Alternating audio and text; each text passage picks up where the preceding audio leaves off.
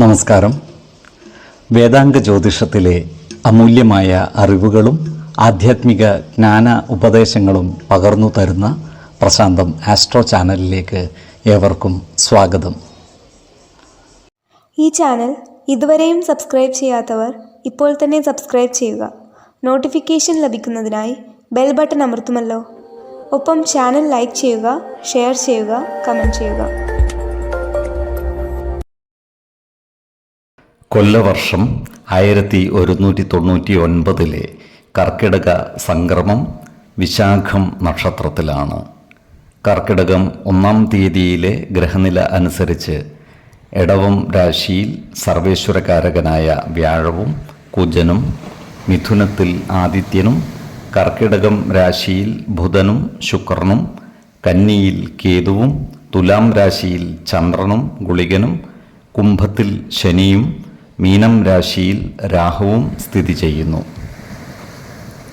തൃക്കേട്ട നക്ഷത്രത്തിൽ ജനിച്ചവർക്ക് കർക്കിടക മാസം പൊതുവെ ഗുണദോഷ സമ്മിശ്രമായിരിക്കും. മാനസിക സൗഖ്യവും ശാരീരിക സൗഖ്യവും വീണ്ടെടുക്കുവാൻ ഈ നക്ഷത്രക്കാർക്ക് സാധിക്കുന്നതാണ്. മാസത്തിൻ്റെ ആദ്യ ആഴ്ചകളിൽ സന്താനങ്ങളെ ഓർത്ത് ചില മനോവിഷമങ്ങൾ വന്നു ചേരുമെങ്കിലും അവയൊക്കെ പരിഹരിക്കപ്പെടുന്നതുമാണ്. ഈ നക്ഷത്രക്കാർക്ക് ജീവിത പങ്കാളികളിൽ നിന്നും നല്ല സഹകരണം ലഭിക്കുന്നതാണ്. എന്നാൽ ഭവനത്തിൽ വെച്ചുള്ള അനാവശ്യ ഭാഷണങ്ങളും ഇടപെടലുകളും ഒഴിവാക്കി മുന്നോട്ട് നീങ്ങുവാൻ പരിശ്രമിക്കേണ്ടതാണ്. ഇവർക്ക് വിദേശവാസത്തിനുള്ള യോഗവും കാണുന്നുണ്ട്. കർമ്മ മേഖലയിൽ പുരോഗതി ഉണ്ടാകുന്നതുമാണ്. അപ്രതീക്ഷിതമായ ചില ഭാഗ്യാനുഭവങ്ങൾ ഇവരെ തേടിയെത്തിയാലും അത്ഭുതപ്പെടുവാനില്ല. അതുപോലെ ഈ നക്ഷത്രക്കാരുടെ ഭവനങ്ങളിൽ പൂജാതി മംഗളകർമ്മങ്ങൾ നടന്നു കാണുവാനുള്ള യോഗവും കാണുന്നുണ്ട്. മാസത്തിൻ്റെ 2-ാം പകുതിയിൽ കാര്യങ്ങൾ കൂടുതൽ അനുകൂലമായി വരുന്നതുമാണ്. വിശ്വാസികളായ ഈ നക്ഷത്രക്കാർക്ക് ദേവാലയങ്ങളും പുണ്യസ്ഥലങ്ങളും സന്ദർശിക്കുന്നതിന് അനുകൂലമായ സമയമാണ്. അതുപോലെ വിദ്യാർത്ഥികൾക്കും മറ്റു പഠിതാക്കൾക്കും അനുകൂലമായ കാലമാണ്. ഇവർക്ക് വിദേശങ്ങളിൽ ഉപരിപഠനത്തിനുള്ള സാധ്യതകൾ ഒത്തുവരുന്നതുമാണ്.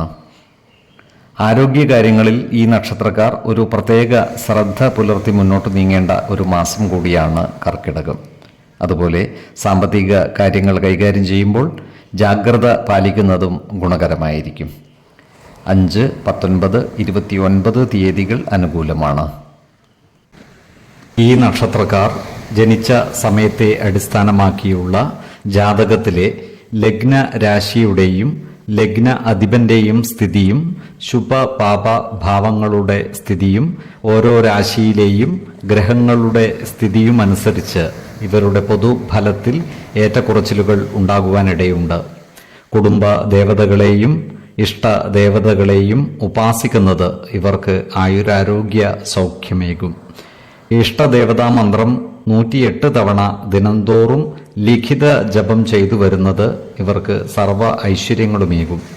നല്ല വ്യക്തി സാധനകളോടെയും ഉപാസനകളോടെയും മുന്നേറിയാൽ സർവേശ്വരാനുഗ്രഹത്താൽ ഇവരുടെ സർവ്വകാര്യങ്ങളും മംഗളകരമാകും.